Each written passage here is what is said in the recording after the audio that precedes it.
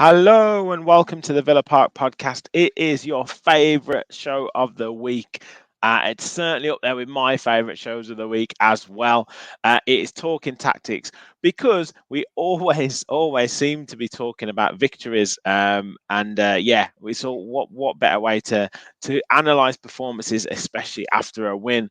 We're going to get stuck into it. But before we do, please, guys, hit that like button, hit that subscribe button if you're new to the channel, or if you're not subscribing to the channel. We are on the road to 3,500, and we want to push beyond that and up to 4,000 subscribers. So please do like, subscribe, and help us spread the word of the channel. Get involved in the chat as well. Get your comments in. Some of the comments we get in this show are fantastic from you all. So please do keep the comments coming. We're going to get straight into it. Gareth, another victory. Another victory. We made a bit of hard work of it, but you knew it was going to be a tough one against Luton. Yeah, definitely. As we'll see in the viz and everything, they made it really difficult for us, and we've seen it time and time again. City and Arsenal didn't have a good easy time there. Come away with victories, but didn't have an easy time there. We expected it, but my goodness, we don't have to leave it late. And an unexpected goal scorer. Exactly. Yes. We've got plenty of analysis for you. Gareth has been working tirelessly on bringing you up to speed with the set piece discussion with Villa, and obviously focusing on a player who is in fantastic form as well in Ollie Watkins. So make sure you stick around for the full show. First of all, though, get into my usual kind of viz diagram. So again, always look at this. Anything particularly that you're noticing here? I noticed that you've got Morgan Rogers on there, so you've gone from minutes 29 to 79. But anything particular to take note of? No, I mean, I did it from the biggest, as we do in our analysis. We take it we could do from 1 to 29, but JJ didn't sort of do that much in those 29 minutes. So we've just gone through the bigger period of time. So it gives us a bit of a bigger window, really. But yeah, I mean, Martinez, 34 passes in total in the game. He was the second behind Longley at 44. So that's quite a sort of a heavy volume of passes for a goalkeeper, isn't it? And we saw it a lot, but a lot of that was due to sort of the Luton high press, which affected us a little bit. But again, we tried to build up a little bit more down the left. I think when we sort of talk about Morgan Rogers, and I think he got a bit of flack, and I sort of stuck up a little bit for him in that, defensively, that's why he was pulled off. Really, he wasn't great defensively. And we discussed it in the chat, didn't we? He wasn't sort of in the positions, but he will get there. And it's just the same as Leon Bailey was. It's the same as JJ was. They didn't quite adapt to the Emery tactics and the positions out of possession as quickly as what they would have done. But it will happen. Yeah. No, really good. And it's interesting. Obviously, Torres wasn't playing, Longley was in, but still that setup, Martinez to Longley, out to Moreno, Martinez to Longley. It's that kind of person. There's always one, isn't there, at the back who's that main linchpin of kind of setting up the attacks. And we say it week in, week out, what a job he's done, Clement Longley. I mean, if that was up to me, he's a more than an adequate backup. He's proved it, hasn't he? A little bit aerially, maybe he's on these set pieces, he could be a little bit better. But in build-up phases, that's what Emery looks for, And I don't think he can be faulted, Rich, at all. No, he's done great. He's done really, really well. Expected threat in terms of passing contributions. Alfie Doughty at the top there, obviously set pieces playing a part. Leon Bailey again off a corner as well. So yeah, I guess that kind of says it all, really. Yeah, exactly. Especially when you're looking at set pieces, Doughty will always be up the top of this graphic, really. Leon Bailey was taking a lot of corners, wasn't he? He took the majority, I think. So that was quite a bit of a surprise. But good to see Moussa Diaby up there. I think that point too is the majority of that will be that cross into Luca Digne for the goal. So yeah, but I mean, interesting to see Martinez there in the build-up, and we'll see that on the XT graphic and the pitch graphic that he went long quite a lot up to Ollie Watkins into decent areas as well. Yeah. Well, let's tee it up for you. So, yeah, what type of stuff were you noticing from there? Yeah, I mean, we can see those 3 passes from the centre of the D on the right-hand side. That I assume, I don't know, I haven't checked, but I would assume that is all Martinez to Ollie Watkins in deeper areas. So you've got 1, 2, 3, and probably 3 passes out there. So they're decent. They're decent passes into decent, and they were completed as well. So again, those 2 Leon Bailey corners we can see there, and there's some interesting passes there, especially on that right-hand side. Yeah, it was. I mean, Watkins seemed to get quite a lot of joy against them. Obviously, player who was marking him was certainly manhandling him, but we did seem to want to go quite direct into Watkins, and that's another good, I guess, string to the bow, that we don't necessarily always have to try and go through the lines, because we know if we can go long and he holds it up, then that will open up the space in between the lines anyway, because teams won't quite know what to do. Yeah, I think it's a combination of sort of a tactic, or Emery saying to him, look, we need you to be able to do this. Let's try and get better at this, and which he has done. And now we've got, like you say, we've got the option to do it more. We've seen it creep in, haven't we? The last few Yeah. weeks, we've seen it sort of come in a little bit more, that if we can't do that, but we don't want to get caught out, we're just going to go long, because we're at a point in the season now and in games where we can't be making mistakes, because bear no bones about it. He's after the Champions League. He knows now that we're totally within our grasp. Yeah, you've just got to win games, and by hook or by crook, you've got to win games. And like you said, you don't want to be making silly mistakes and diddling about with it in front of your own box, if you're not doing it for a particular purpose. So yeah, we might see that a little bit more. XG in terms of the shot map, Luton creating some good chances as well. So a game where both teams had some good opportunities, and obviously scored from set pieces as well. Both teams doing the same type of stuff. Yeah, it kind of wasn't, you didn't sort of see it as a sort of a 25 shot game in total. It was kind of a bit bizarre like that. It didn't seem like there was that many between the two sides. But yeah, as you can see there, I mean, that sort of that one, the goal that they scored at the near post, our far post, sorry, that was an absolute mess. And you've got another couple there, one that Emi Martinez has saved. And I think those 3 are in the same combination, because he made one save and then Cash caught one off the line. Was it Cash got one Oh, off the that was line? yeah, And that then there was was the crazy. goal. So it's Yeah, those 3 are in one combination. So if you take that away, there's actually not that higher XG for them there. yeah. And then the timeline. I mean, we literally restricted Luton to absolutely no chances up until like that 45th minute. So I guess from a manager perspective, yes, we were 2-0 up, but would you have been looking for us to maybe have put the game to bed by then? I mean, it's a difficult. There's no easy fixture in the Premier League, as we know, and away Yeah. from home, it's a tricky thing to do. But I find that timeline really, really interesting, because, like you say, there's nothing from Luton in the first half. We were 2-0 up, and again, we saw it the other week, didn't we? We were almost cruising. You always think to yourself, "Well, this is against Luton. This is a done deal." Like you said, we get a 3rd goal, and the game's pretty much done.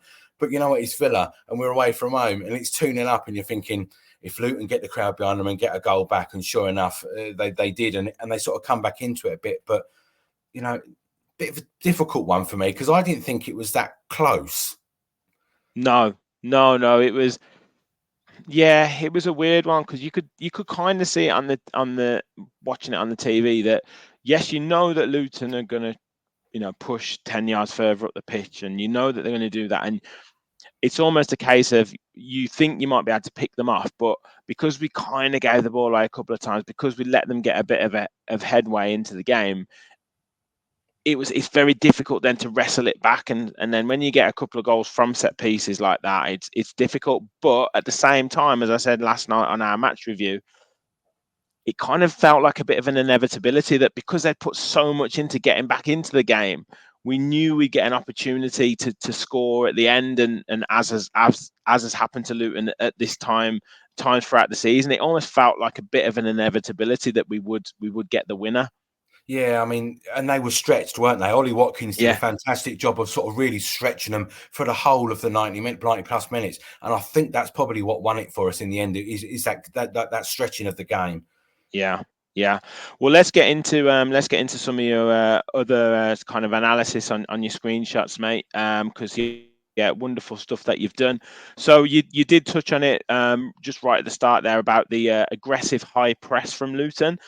So yeah, what did you kind of notice from that, and how effective was it?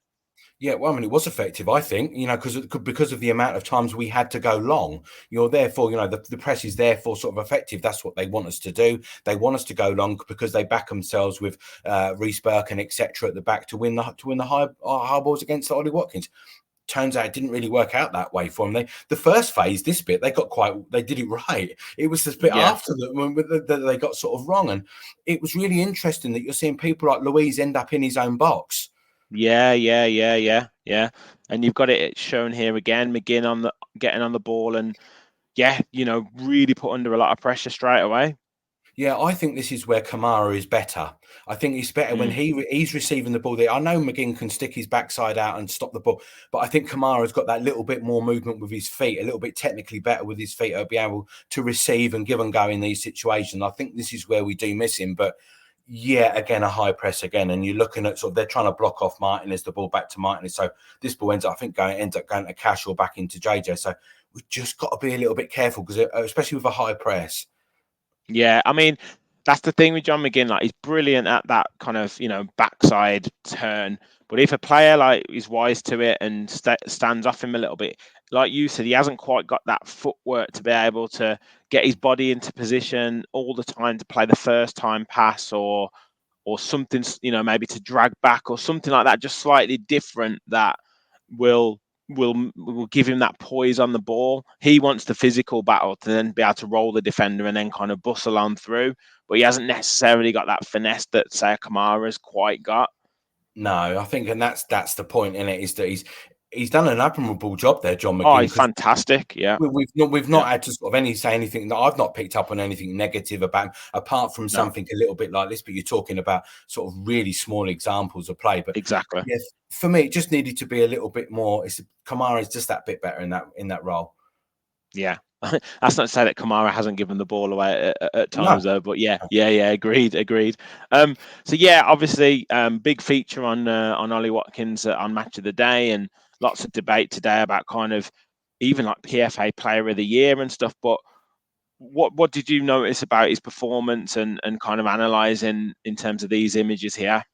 Yeah, I think this goes back to what we said about going long and different elements creeping in over the last few weeks. And I think this is where he's really improved himself. Not only can he go in behind, but he can now drop in, sort of receive the ball. And this is what's happening there. The ball's come into him, and JJ's just saying, just hold that. Just hold that. Just hold that there for a minute and let me go round the back here. And we'll see how we can sort of manipulate a ball. There's only two players there. Look, there's nobody going forward, but yet that ball, he's in on goal. Pretty much in on goal, you would say. And that's just through receiving the ball in the centre circle. And I think this is just what he's doing a little bit better, Ollie Watkins. He's mixing up the game. He's coming in behind, or he's just sitting there, or he's going a bit wide. He's running channels on goal kicks. He's mixing it up so much. And I think that's where he really is improved. But he's not going to get PFA Player of the Year because he doesn't play for Man United, Liverpool or Arsenal. Yeah. No, it's true. But yeah, absolutely. I mean, he's terrorizing defense at the moment. And not only that, he's obviously getting more ruthless with his finishing, and multiple goals in games now, which is great. So he's got the hunger for it. Massively. Long may it continue. Now we've got a good few slides on this because again we've talked about this on the match reactions, and we seem to be a little bit chaotic on set pieces, and yeah.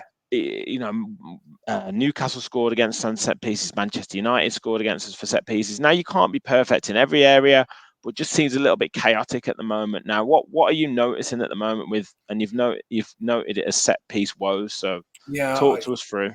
Yeah, I think chaotic is probably the correct sort of turn of phrase, but this is after the Luton second goal. So we see, like we've talked about, Moussa Diaby sort of on his own there in front of the Doherty, the free kick taker. Now, nothing wrong with the setup there. You've got a straight line there. You're trying to play the offside. You're outside your box. Martinez doesn't want him in the box, which is right. The difference is you've got three runners there just in front of the referee. So you've got to be able to block. Now, the trouble is with this is that their biggest player, Carlton Morris, is being marked by John McGinn on the far side. Now, I don't know if people noticed it in commentary, but John McGinn, when he was in the line, he kept trying to shove Carlton Morris into an offside position. Now the trouble is with that is if our line drops and Morris and McGinn has pushed him and Morris is therefore in line with that, he's then going to be played onside. Now this is the difference. McGinn can't catch him. You know, this is again, this is the same free kick that we've just seen in the previous side. This is sort of what I'm pointing to. This was after the goal, so we can say that when we see the goal in a minute, we continue to do the same stupid things, really. Yeah. And it's almost like, yes, McGinn can be quite physical, but he's getting into a physical battle with someone who's stronger than him, which is it's always a little bit dodgy. But like you say as well, if the line does drop, it's more, it's just asking for trouble. You talk about this. We've got the slide with the ending for the second goal, but this bit here. What are you noticing here, like in terms of the setup for the second goal? Is this looking at the runners? Is this looking at Morris like moving off of John McGinn? Yeah. So the point really here is that Moreno is not the strongest on set pieces. We are not the strongest on set pieces, but Moreno, especially the last few weeks, I've noticed, doesn't seem to sort of do a real job there. Now, his job here is to try and block Chong, and Chong's job is to try and block Moreno so that Carlton Morris can get in that space in behind, which, of course, we know ends up happening. But John McGinn, you've got to be goal side, especially now we've dropped into the box. We're even deeper now, but nobody is goal side. All Chong's going to do is stand there. Now, we've seen in previous weeks, I can't remember the game we saw who it was, but there was a foul given for that, and the goal was actually disallowed. Now, Chong does foul him because he blocks him and he also pulls Marino's shirt. So the goal shouldn't really have stood, but I can see why it has. It's just the way it is. But here, look, Morris is now 5 yards ahead of John McGinn. Yeah. And he puts it in with his foot. He doesn't head it in. He puts it in with his foot. Carlton Morris. It's just got to be so much better for me. You know, just put everyone to that back stick. If you're going to do that, just put most people to the back stick and employ blockers. But they don't. They try and bag themselves to try and do it. And we saw it with the first goal. Conser, Longley, really weak on that cross that came across. They both got beat by the ball when they were marking Carlton Morris. I don't get it. Yeah. I mean, from a analysis perspective, what would you be kind of showing to the club on those situations, and what would you be expecting, say, an Austin McPhee, if that's his job, what would you be expecting him to do now to kind of rectify that? I think especially against big players, what we've always discussed as analysts is that if you've got a big centre forward, you are always going to try and employ a blocker initially, and then you are going to mark a zonal man sort of behind him, so that if the blocker is beat, at least the zonal player can pick him up. That's where we miss Tyrone Mings. Because Tyrone Mings is going to be at that near post or at that far post, and he will be there to sort of do that. Now, we're naming one name, but you've got to be able to use blockers and everything else. And I don't think that's Moreno does his job. I think we're a little bit, Cashy's a bit like that. They're not really great blockers of the ball. So if you're going to expect one man to be beaten, then you've got to be in a position behind them to be able, or just drop off. Just drop, when the ball's taken. But it's risky business. But we're splitting hairs, and it's a really difficult thing to analyse and try and get right. But for me, John McGinn on big players, no. Yeah. It's a strange one, because like when I go back to my kind of semi-pro coaching days and managing days, it was like we used to have certain jobs on set pieces, and people do this and people did that, and you tried to engineer where you had your strongest header of the ball was a free man, and where they could go, kind of just go and attack the ball. And some points you kind of just like cross it. I know it sounds really, really like bad, but some points you're just crossing your fingers. You're hoping that your player kind of physically matches the other. You're hoping that the delivery is not quite as good. There's a certain element of, just hoping to get through the game without conceding off a set piece. Yeah, there is, but preparation. This is a Premier League side, Reg. Yeah. We've got to be better. I think, and I don't understand I know I'm kind of being a bit weird, but I think if Tyrone Mings plays, he marks Carlton Morris man to man over that far side. I don't think he's in the middle. I don't get what Conser and the two big centre halves, what are they doing in the middle of the pitch? Why is one of them not tight? At least tight to Carlton Morris, because you know that he's going to try and head the ball, if nothing else. The ball in was fantastic, by the way. We shouldn't take nothing away from that. But I think if Tyrone Mings plays, he's on Carlton Morris, man-to-man, tight. Because you can't mark zonally on a free kick like that. It's not a corner. No, there's space in behind. So it's got to be much better than that. Yeah. It just... I know we haven't. I know we struggled in a little bit for height at times, but yes, like you say, you would think if you're in that situation, you go right, Concert, Longley, Watkins, even pretty decent in the air, or one or two.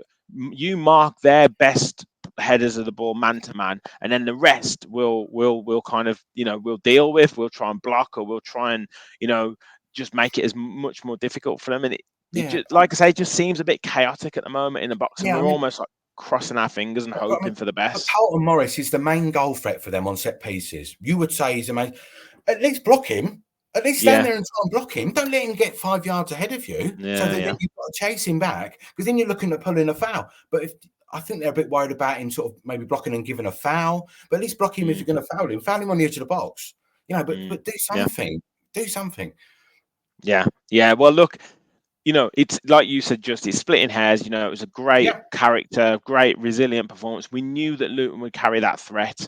We knew that they would, and they've scored set pieces against numerous teams across the league. So it's not like it's just Villa are an exception to this. no, That's what they do target. So you know it was still there's still so many great performances in there, and as we've said, you just win by hook or by crook in that game, and we did it, and we showed all that character that we've been saying all season, and you can really tell now Emery he is feeling every win now, isn't he? Like the emotion coming out of him now, because he knows how close we are to kind of securing that that Champions League spot, or whatever he's going for.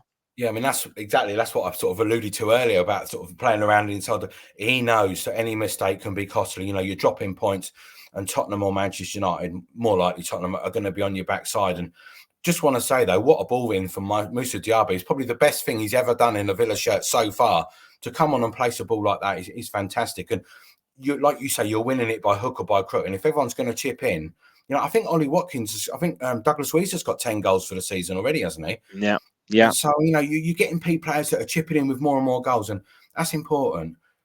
yeah. Absolutely, absolutely. So, just before we finish up, big week coming up now. We've got Ajax Thursday, Tottenham Sunday, and then the return leg against Ajax next Thursday.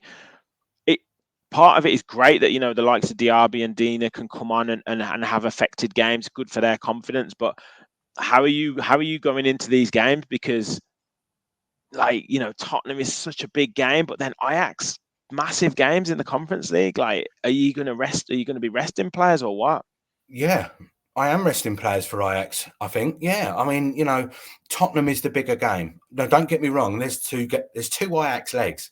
So Mm, Tottenham is still the bigger game, isn't it? You would say out of the two that are going to be coming up this week, you've got to try and sort of sort it out. Play a decent side in Ajax. Come away with Ajax are not a great side, by the way. Not a great right. side at all at the minute. So come away with a draw at best. You should be able to do it at Villa Park. But the priority has got to be Tottenham, hasn't it? Yeah, yeah, yeah. You're thinking like, oh, rest Bailey. You play Diaby. Okay, that's Yeah. that's a great Yeah. player. Yeah. That's a great player. Yeah. The only probably one is Ollie Watkins. Like, if he chooses to rest him, where do we go? Who do I, we put in there? But yeah, I mean, I don't think Ollie Watkins needs a rest. He doesn't look like he no, does. no, no. He's so durable. Yeah, yeah. Yeah, no, I agreed. Look, wonderful analysis again, Gareth.